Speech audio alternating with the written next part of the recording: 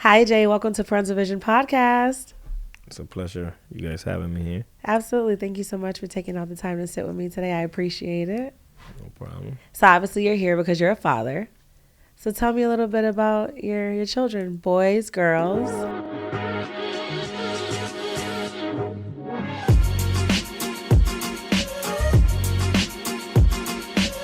I have two girls. Girl dad. Yeah, I have Gianna, my oldest. She'll be 13 this year, and then I have my youngest, Mia Bella. She'll be 12 also this year on August.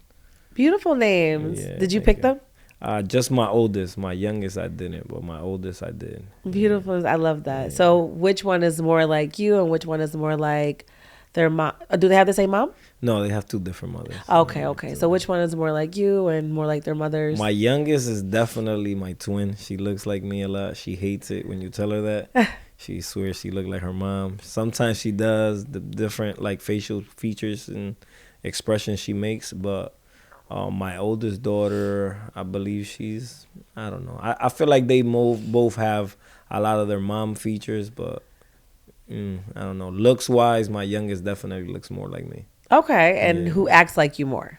I would say my oldest have a few little things that she does, but her mom, my youngest daughter, I haven't really been there too much of the time, but from what her mom tells me is like, yo, she does silly things like me, and a lot of the things that she does, she says reminds her of me. So I haven't been able to witness it all, but yeah, I love that.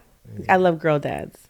Do you like being a girl dad? Do you want boys? Did you wish you had boys? For a long time, when I found out, my first kid's mother was pregnant, I was hoping for a boy. We were going to, the OBGYN, and they were telling us, oh well, we don't know. She had her legs crossed. So I went as far as going to a place here in Glastonbury that does the 3D CDs to check, and that's when we found out that it was a girl. So I was a little disappointed, but the girl that worked there was like, hey, as long as she's healthy, that's what matters. And that kind of stuck with me. I said, you know what? That is true, because a lot of kids are born with different, things. And so I was like, whatever. And then my second kid's mother got pregnant, and I was hoping for a boy as well. And it turned out being a girl. So after a while, having like some of my friends that had boys, and they wanted their kids to be like macho mans, and they couldn't get them to be the way they wanted. Yeah.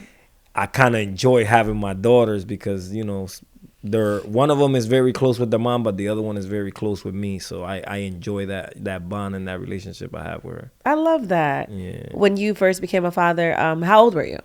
I was 28 years old. Oh, wow. Okay. So do you think you were ready, or are we ever ready? I don't know. I for a long time I wanted kids, but for some reason God didn't think I was ready. And then in 1 year I had two kids, 11 months apart. I had two kids back to back. So They're 11 months apart. Yeah, they're 11 months apart. Yeah. Do we dive into how that came about? We could get into it a little bit. Let's talk about it. So yeah, I was with my first kid's mother for maybe about 10 to 11 years on and off, and we were just about to call it quits. And I always told her that if I had a kid, it would be with her. She's, at the time, she didn't go out. Like, she read books for fun, and like my world was totally different than her. And people would always be like, how did you guys ever meet? Because we were two different worlds. But overall, she was a good woman. So we ended up talking about we were going to call it quits, just mutual, like we were, kind of growing apart. And then we found out that she was pregnant. So we were like, you know what, let's go for it. I always told her if I had a kid, I wouldn't mind having a kid with her. So that's when Gianna was brought up. But at the time I was into the streets. I was doing things that I should have not been doing. But with that also came cheating, stepping out of my house, being out late at night. And when my first kid's mother was pregnant, there was a time period where she didn't want to have sex, and she was, taking care of the belly or whatnot. And that turned into me stepping out, and I met somebody through a friend, and that led to her getting, pregnant, and that was a big blow. Oh my goodness. Yeah. And how did you find out that she was pregnant? Did she tell you? Did you find out right away? So at the time I was having some I was being followed by the police and federal government because of the lifestyle that I was choosing to do, and I was doing well for myself. So I told my first kid's mother, I said, if I stay around here, there's no guarantee that I'm gonna be around for my daughter's first words, her first steps, her first teeth. So I said, before something happens, I wanna get out of Connecticut and leave. So I had this girl on the side who I, was dealing with, and I explained to her, I said, listen, I feel like, doors are closing in on me before something happens. Have been to jail before, and when you go to jail, your family just takes over your money, does whatever you want with your stuff. I said, before something like that happens, I'm going to go and I'm going to enjoy the fruits of what I was doing. And I decided to move to Florida.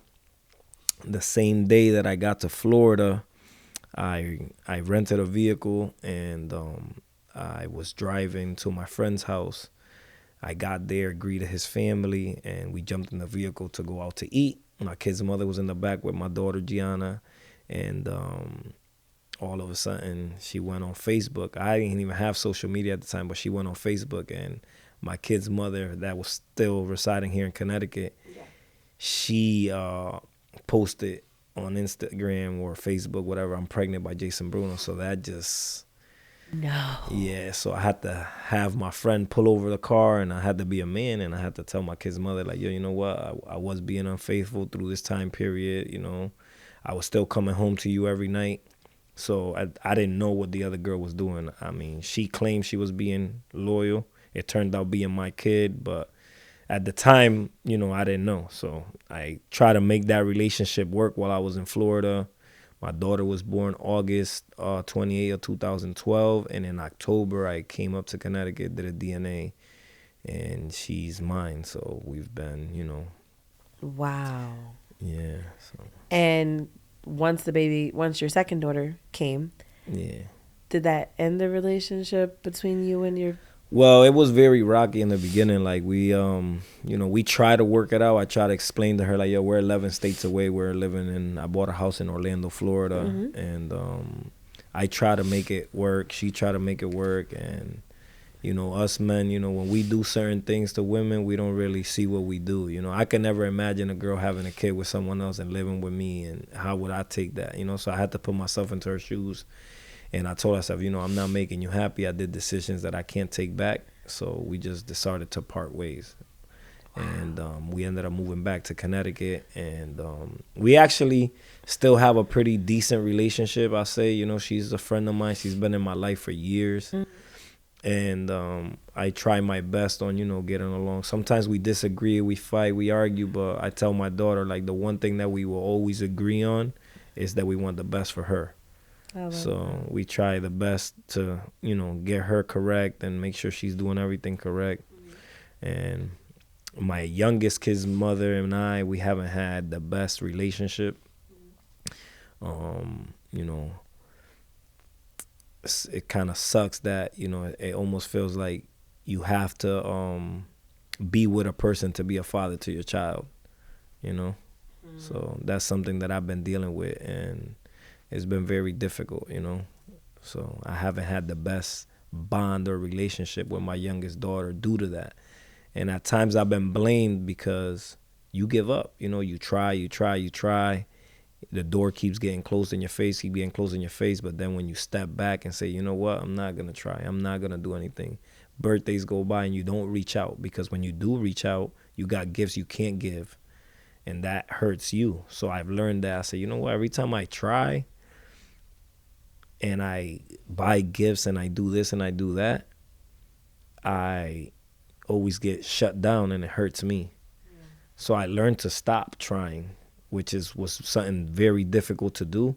But when I did that, I started getting a reaction like, oh, you don't come around, you didn't try. But I'm like, but every time I did, I was told no.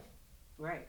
So, What do you want me to do? Yeah, like, what can you do about it? So it was very difficult, I came back from Florida, and I got back to Connecticut, and instead of like doing things correctly, I had opened my barbershop in 2010, Creative Cuts, across the street from ESPN in Bristol. Wonderful. And we we hit the ground running. The barbershop was a good friend of mine that owned it, and I took the barbershop to the next level. I moved it to a better location. We got things going. I have a group of guys that I'm grateful for. My boy Pepito, Country, Tito, Jack, new guy I just got, Sam, my boy Alex. I have a great group of guys that are awesome, and they've been with me, from day one. And it's just, it was very difficult to just, try to manage a business and dealing with, personal stuff or whatnot. But when I got back from Florida, instead of me getting into the barbering and doing things correctly, I went back to the street, which only cost me, an incarceration in 2019. I was picked up by the federal government, and I went away, and that was something that definitely affected me being a parent. Yeah, how so? Tell me. Yeah, well, being in jail is difficult, but being in jail during COVID is Next level. It was a different feel for everything. You're I was in Rhode Island, which was like a 2-hour drive for a visit, and then once I got sentenced and had to do my time in Schuylkill, Pennsylvania, which is a FCI, is a medium facility. It's not the worst place to be, but being 5.5 hours away from your kids, just to see them for an hour through a clear shower curtain, not be able to touch them. You get 2 10-minute phone calls if you're lucky to make them. Yeah. So it was very hard, writing a lot of letters, and it was difficult, but it definitely opened up my eyes into what was important to me. Absolutely. Because when you're in the street, you caught up into being fly, getting money, vacations, all of this, Yeah. but none of that matters when you're away from the people you love. Especially your babies. Yeah. So that was something that I said, you know what, enough is enough, and I've turned things around. I've been home for a little bit over a year and a half, and I try to spend as much time as I can with my kids besides, work, and I have to work now, something that I never did. I owned my shop for about 14 years, and I never worked inside my shop until 2022.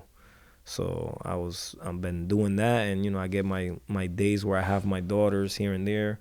My oldest more than my youngest because of the situation between me and my kid's mom. But Okay, I see. yeah. Oh, wow. Well, tell me a little bit about how you were growing up. I was born in Puerto Rico. Yeah. I grew up with my father and my mother. My dad worked for Johnson & Johnson Pharmaceuticals in Puerto Rico, and my mom was a stay-at-home mom. She took care of us. She was always a woman of God, always talked to me and gave me advice that at one point I thought it was really just parenting. And as I got older and when I was incarcerated, I read the Bible. A lot of the things that she was telling me were things from the Bible. Oh, wow. Yeah, so I didn't know until after I got older and I read the Bible, and I'm like, Mom, all this stuff they used to tell me was from the Bible. And she's like, what better things to parent you but to give you the word, from For the scripture. Lord. Yeah. So besides that, we grew up. I have 2 older siblings. I have a brother, Juan Bruno, and my other brother, Eric, and I don't have any sisters, so I don't know how that feels. Yeah, I don't have no sisters. But overall, we grew up okay. My father was not into the streets, but he was an addict. So a lot of the things that we could have been a lot better in life, but because of his addiction, we dealt with a lot. And that was one of the reasons that we moved to the United States from Puerto Rico, was because of his addiction. And my mom wanted to change that. So she tried to, change, what is it they call people, places, and things. Yeah.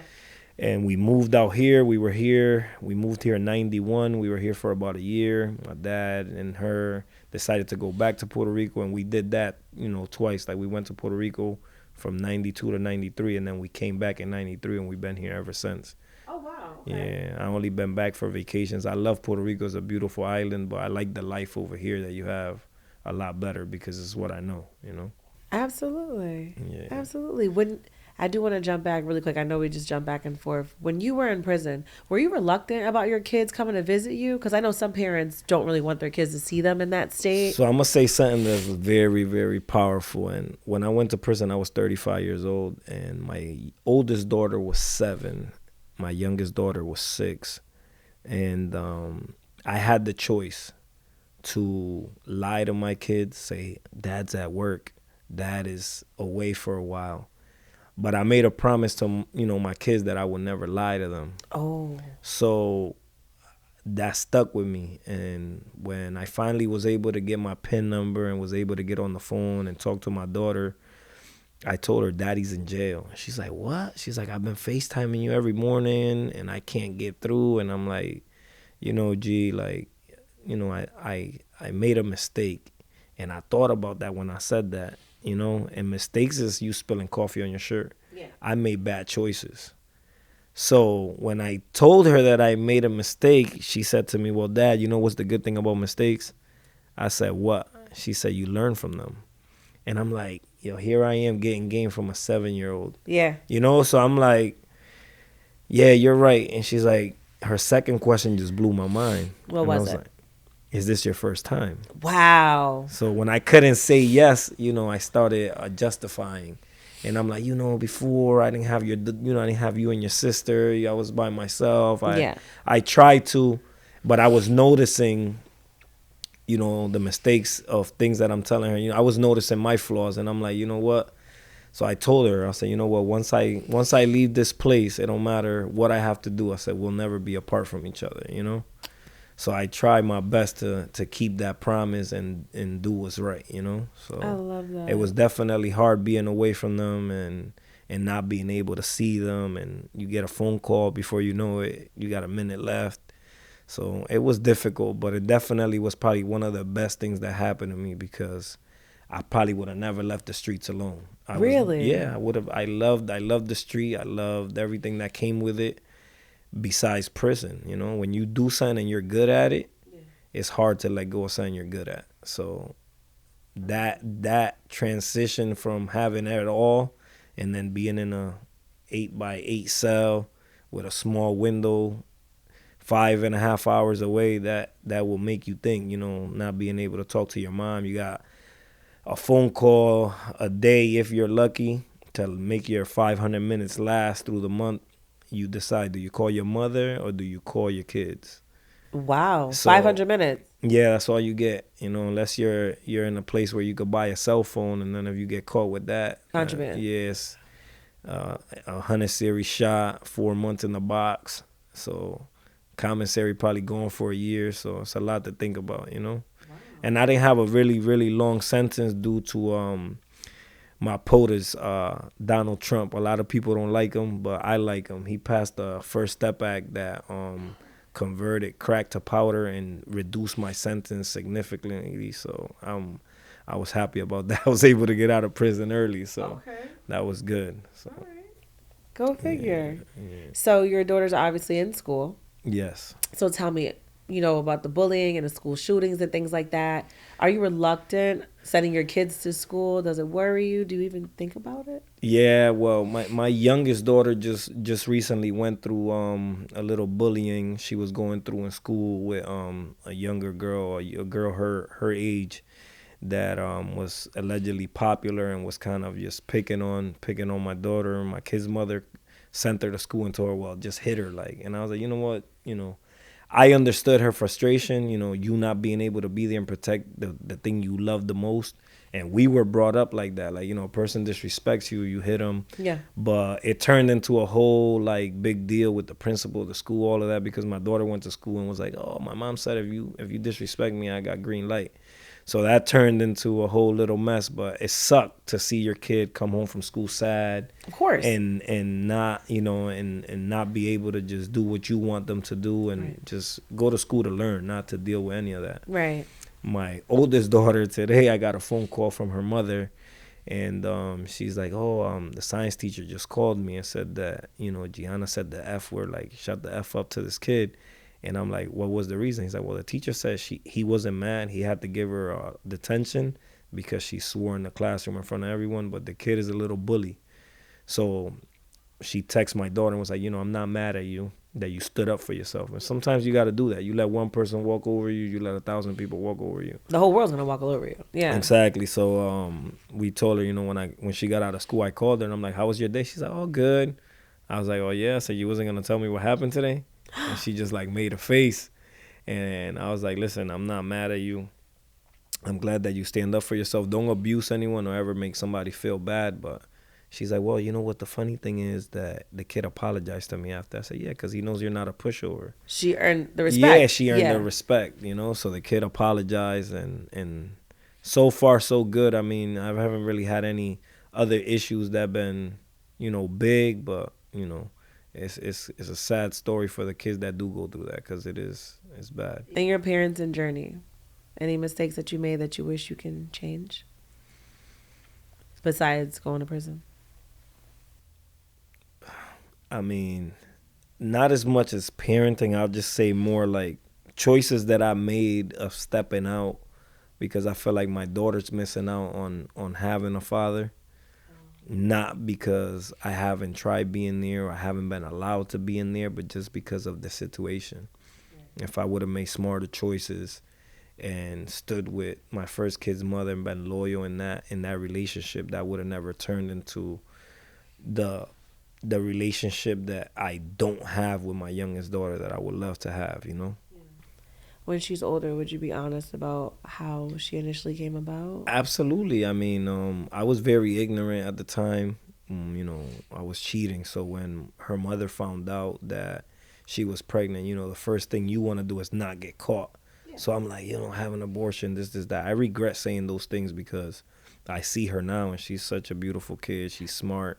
And I'm like, I could have made a bad choice again and not had her here when she's got a beautiful life and she's gonna be great.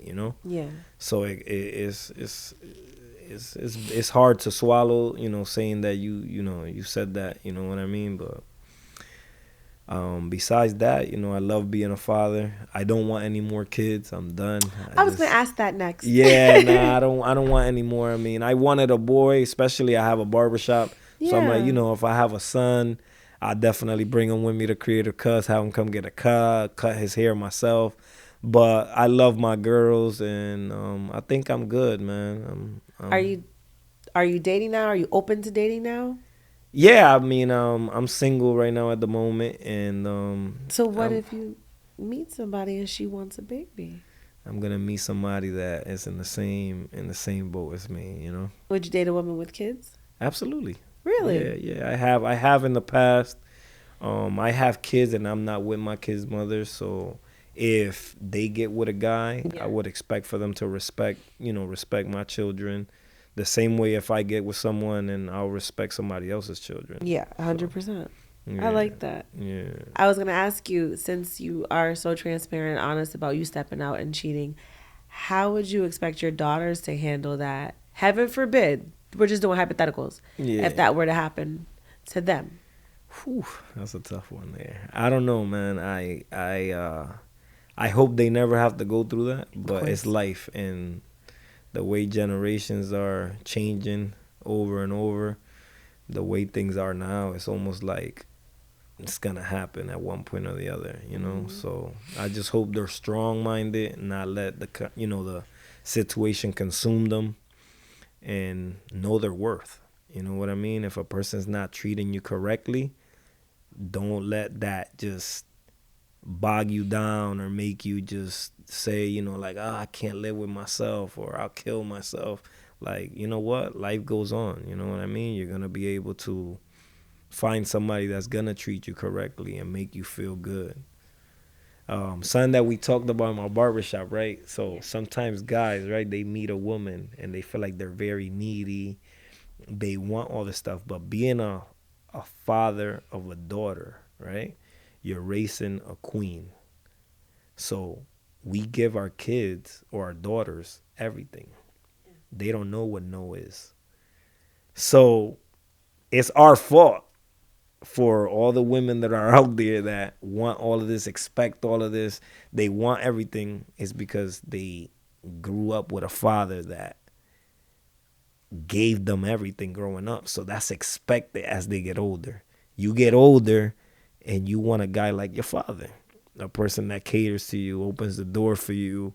He want all that. Guys, y'all gonna be mad at me for this, but overall, like, that's what it really is. Me and my boy Tito, we were at the barbershop talking about this, and we like, man, it's our fault. He has two daughters too. He has some children, but he's like, we give our daughters everything, and then when we get older or whatever, we meet women and we're like, why is she so needy? She expects this, expects that. But it's because of us. You do that, you treat your daughter like a queen, and she gets older, she's not gonna settle for less. I love that. I'm smiling. You see me, I'm cheesing over here. Like, I'm so giddy because my dad doesn't tell me no. I Yeah. don't ask often anyway because, like, I'm growing up, obviously. But Yeah. growing up, when he did come back in my life, because we had a stint for 5 years where he made the decision to walk away for whatever reason.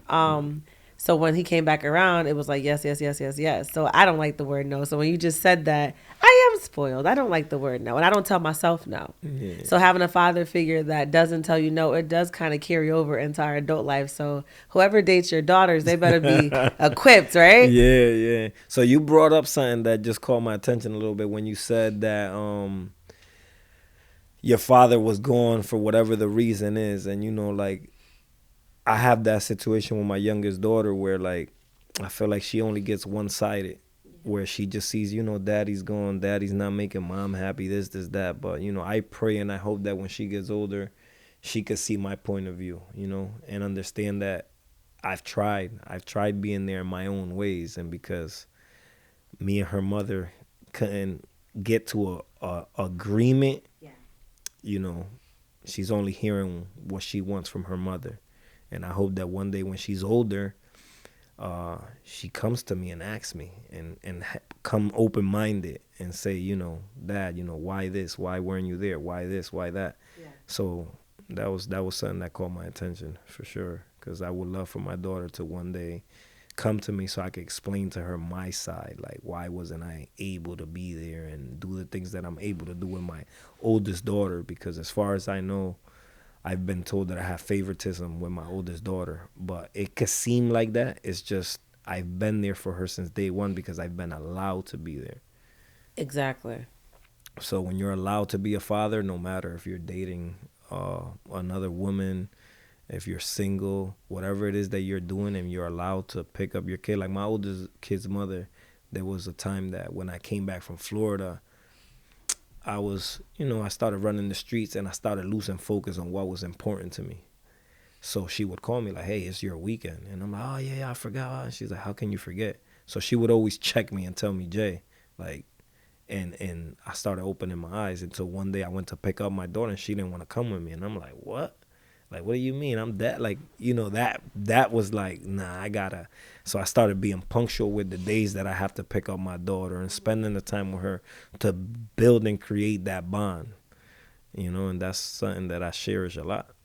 I love that. Yeah. So it's unfortunate to say that your daughters, they don't have a close knit relationship. They, for the most part, I always try getting them at the same time. Like if I have one daughter one weekend, I will try to get the other, because the kids' mothers, they don't get along. Oh, wow. Because, obviously the situation. Yeah. So I felt like it was my job as a father. They're both Brunos because of me. Yeah. That if I get one, get the other, so they can have a relationship. So I explained to both of them, like, no matter what's going on, even if I have a difference with your mom or her mom, like, you guys are sisters. Right. One day I'll be gone, your moms will be gone, and you guys will have each other. Yeah. So you guys have to, be your own judge of each other. Don't go by what I tell you or what someone else tells you about your sister.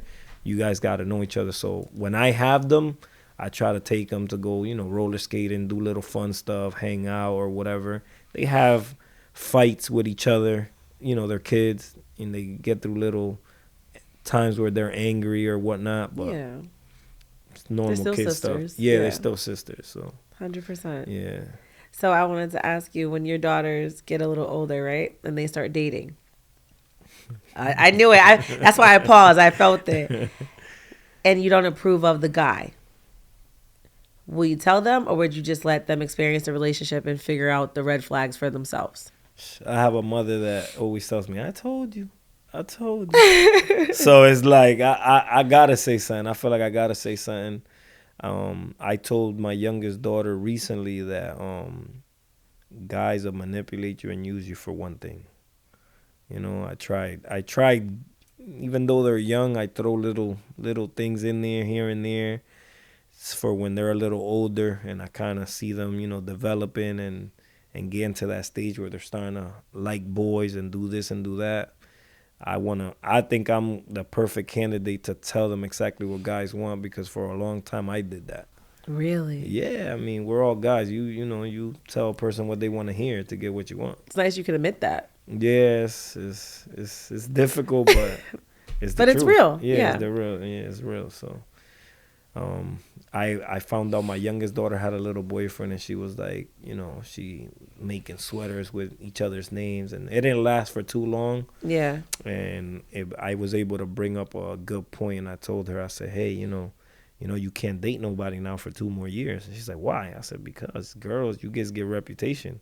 If you date a boy today and you date another boy tomorrow and another one, you get a reputation, and it's bad to get rid of that. Yeah. So I was hoping I could put some fear. I heard that my oldest daughter had a boyfriend, but I don't know how true it is. Mm-hmm. I mean, I don't know. I haven't brought it up to her because it was kind of like a little secret. Yeah. And I found out through her sister. So. Oh boy. Yeah. So I haven't mentioned it, but I'm watching her close. Oh, absolutely. Yeah, I'm watching her. So ideally, like, they have little boyfriends right now, but we know that's just like the puppy love stuff. Mm-hmm. Ideally, what age would you really let them like start dating for real, going out to movies, carnivals, whatever? What age? I don't have a set like age where I would want her to just start dating. I would go more on her maturity. You know what I mean? Like seeing how mature she is, how she acts. That would determine more if I feel like she's ready to go on a date or do anything. You know what I mean? I don't want her to go out there when she's too vulnerable. I love that. Yeah, so I like that a lot. Yeah, my youngest daughter and they're one thing that I love about them is they're hustlers. Like they both started little bracelets companies, so they sell bracelets. My oldest daughter comes to my barbershop in the summertime and she opens the trunk of my SUV and she puts all her bracelets out there, and everybody that walks in and out of the shop, she's like selling them bracelets, and she's a little hustler, so like you. Yeah, so that's a good thing. My youngest daughter did the same thing, and I hope that they continue doing that, and continue to do good. So they like making their own money, and they're young, but they have ambition. Oh, that's awesome. Yeah. So you're not the type of parent to feel like you have to choose their future for them. Like, I mean, you got to go to college. I have expectations, that I want the best, but overall, I mean, I want them to do something that they're happy with. When you do something you love, it's not considered work. That's right. So I can't force I feel like a lot of parents fail with wanting their kids to be what they want them to be. Yeah. And that's where they collide, and then the kids don't want to be around them, don't want to do none of that because you're forcing them to do what you want. Yeah. And you got to understand everybody got their own mind and they want to do their own thing. So I'll be supportive. There's going to be things probably that I won't like, but all I could do is give my advice and my input and hope to get the best from them. But overall, if they're happy, I can't do nothing but support it, and try to hope for the best. 100%. Yeah. I like the way you put that. Yeah. That was dope. I love that. I'm really enjoying this interview so far, seriously. Right. So tell me more about your kids. How are they in school? Like, what are they like? Like, their favorite subject, least favorite subject? Are they into sports? Yeah, well, my youngest daughter, she plays basketball. My oldest daughter was playing basketball before I got incarcerated. And then once I went in there, she kind of lost the passion for it. So that kind of hurt because that's something I enjoyed playing basketball, and I wanted her to take after that. But my youngest daughter's doing it. I went to one of her games a few months ago, and that was fun to watch. But my oldest daughter is more into, she's into a choreography class. So she does a hip-hop and dance class, and she's into that. So I'm happy for that. In school, I mean, as far as I know, they're both doing great with grades and stuff like that. My daughter, when she started 6th grade, she did pretty bad. And she said to me, "Oh, Dad, I was always the teacher's pet, and I wanted a new start." And she kind of messed around a lot in the beginning of 6th grade, and we were getting a lot of emails that she wasn't doing her work. And we sat her down, and we're like, "Listen, this is prime time. From here on out to high school, it's gonna determine where you're gonna go. You do good, you could land a scholarship. You could do a lot of things, but So this year, 7th grade, she definitely stepped it up. We haven't got any bad emails, nothing like that. So that's been good. My youngest daughter was in a private school um, till all the way to 5th grade. And her grandfather passed away, which was something hard for her. And her mother decided to put her in public school. So she's been kind of dealing with kind of what I dealt with my oldest daughter on this grade, on 6th grade, been tough for both of them. And now I'm hoping that, 7th grade for her is a little different. So her mom's been considering like, oh, I should put her back into the private school. I feel like I grew up and I went to public school, and I feel like I never been to a private school, so I can't really say how private schools are, but I feel like when you are in public school and you see all the diversities, you see all the different things going on, I think it molds you better because you decide you get to find who you really are more than just being in a private school where you're like eyes closed to everything, and then when you get older and you get to experience the real world, you want to try everything you've never been able to try. Like a caged animal. Yeah. So I like the fact that they're in public schools and they get to experiment everything. It may be, something certain things you don't want them to go through, but overall I feel like it's good for them mentally, physically, all of that. Like it's good. Like if you don't want your kids to get into a fight, but it's good for them to have those confrontations and learn from these things, and then that helps them be better, 100%. I agree. Yeah. Let's talk about discipline. Do you believe in physical discipline? Yeah, I do. I don't believe in abuse, but physical discipline, yeah. I've never had to spank my daughters. My oldest daughter, if I get like very firm with her and I raise my voice, she just starts to crackle and So I never really had to spank her. I've had to when I was dealing with the situation in 6th grade, I kind of had to tell her like, listen, I could come over to your house and discipline you, if I have to. Like, is it gonna turn to that? And I always told her like, you could cry. When you're done crying, you still got to deal with the situation. Absolutely. Crying doesn't solve the issue. So you could cry, but you still gotta do what you gotta do. That's not gonna stop anything that you have to deal with. Absolutely. So if your daughters ever grew up and decided that they liked the same sex, how would you feel about that? Oh man, so this is something that I would definitely tell them. I would tell them, you wouldn't be here if daddy liked the same sex and mommy liked the same sex. So, like I said, I'm very religious, and in the Bible it was Adam and Eve, not Adam and Steve. So I would definitely tell them like, listen, it would be hard for me to be supportive in a situation like that. I pray and hope that I never have to deal with anything like that. I want to have grandkids one day, but I have to explain to her like, if I had the same mindset that you have, like in a woman, or vice versa, if I had a son and you like men, you would not be here. We could never reproduce men and female. I mean, now technology does all these weird things and all of that, but in my times there was any of that, so that would be definitely something I never want to deal with. But you would still love them, obviously. Yeah, the love will always be there. I won't agree with certain things, and I mean, I'm a prime example of that. Like, I did things that my parents didn't show me to do. They didn't show me to hustle. They didn't show me to run the streets, but I chose to do them. My mom been my backbone, my number one supporter. She's been with me through every court case, everything I've ever dealt with. She's been with me by my side no matter what. So, I mean, I could only give that same love to my kids no matter what. 100%. Yeah. Well said. Yeah. Everyone's entitled to their opinion here. Well said. I appreciate your honesty. Yeah, man. Honestly, I learned that, when I was young, I don't know if I could say I lied a lot, but I would lie to get my way, to do whatever. And I learned that lying doesn't get you anywhere. Like, if I'm honest with you, it's up to you to deal with my honesty. Right. But if I'm lying to you, then I'm selling you a dream. I'm giving you deception. Robbing me of the option. Exactly. Yeah. But if I tell you the truth, later on you can't say, oh, you misled. I told you. You knew what you signed up for. I'm telling you what it is. So True.